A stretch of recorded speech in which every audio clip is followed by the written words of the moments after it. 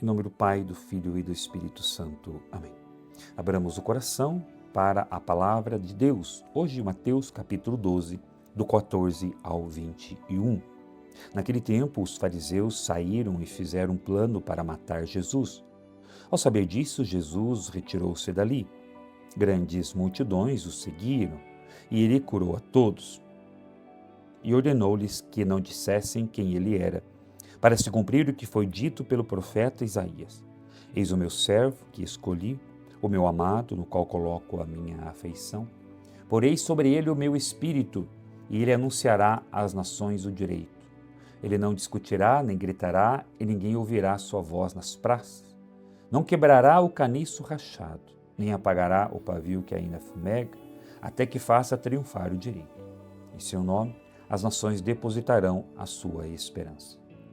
Palavra da salvação, glória a vós, Senhor. Que a palavra de Deus transforme o nosso coração. Estamos diante deste texto que começa com uma conspiração. Os fariseus saem e deliberam como matar Jesus.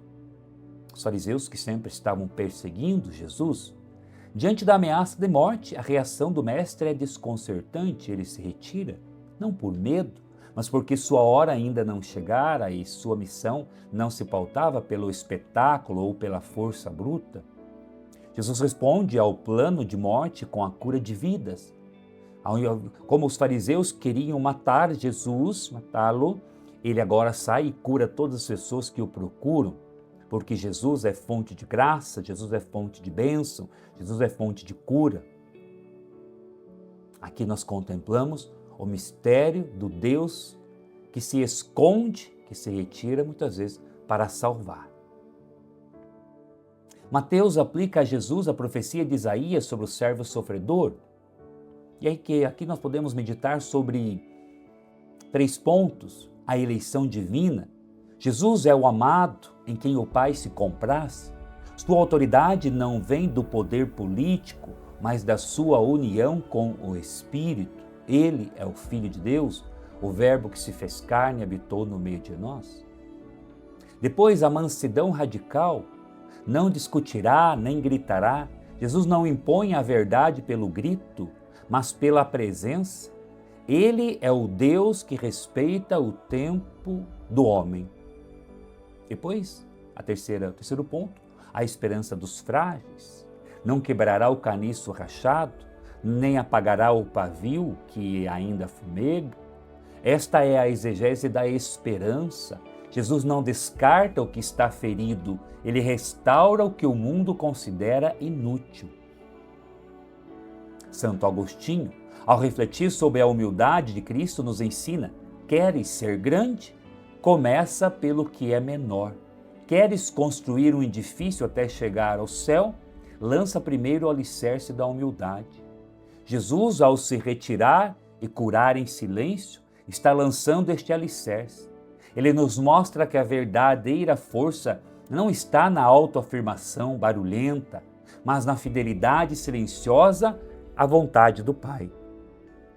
O pavio que fumega é a nossa fé vacilante. O caniço rachado é o nosso coração ferido pelo pecado. Jesus não nos esmaga, ele nos sustenta até que a justiça vença. Você tem feito a vontade de Deus no silêncio ou no barulho, irmão e irmã? Vivemos em uma era de exposição máxima, onde quem não grita não é ouvido. Jesus nos propõe o caminho inverso. Hoje podemos refletir sobre o recolhimento, o silêncio. Quantas vezes tentamos resolver nossos conflitos no grito ou na força, esquecendo que o Espírito de Deus repousa sobre os mansos, os humildes. O servo de Javé vence não por aniquilar os inimigos, mas por atrair as nações à luz, a sua presença, o seu amor, a sua graça, a sua misericórdia. Jesus cumpre a profecia do servo humilde, escolhendo a mansidão em vez do confronto.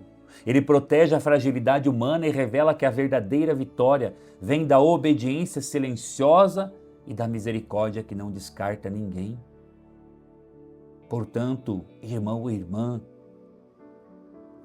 como está a sua fé? Como está a sua espiritualidade?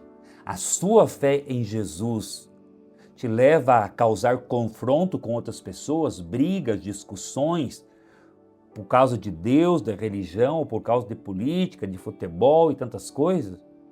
Ou a sua fé em Jesus ela é tão profunda que você sabe em quem colocou a sua confiança, você sabe da qual da religião que você pertence, você sabe que nada pode te tirar dessa centralidade, desta verdade que é Cristo Jesus, que é a palavra de Deus.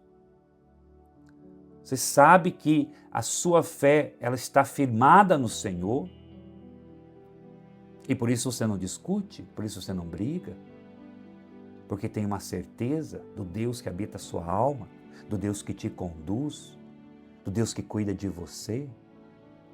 Que neste sábado a Virgem Maria interceda por nós.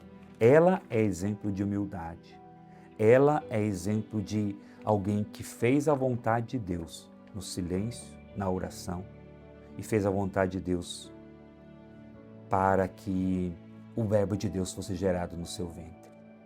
Que a Mãe de Deus interceda por mim, interceda por você, e que possamos viver uma espiritualidade de entrega, de amor, de levar restauração, cura às pessoas e não confronto e não briga. Que Deus nos abençoe, nos guarde e nos ilumine. Em nome do Pai, Filho e Espírito Santo.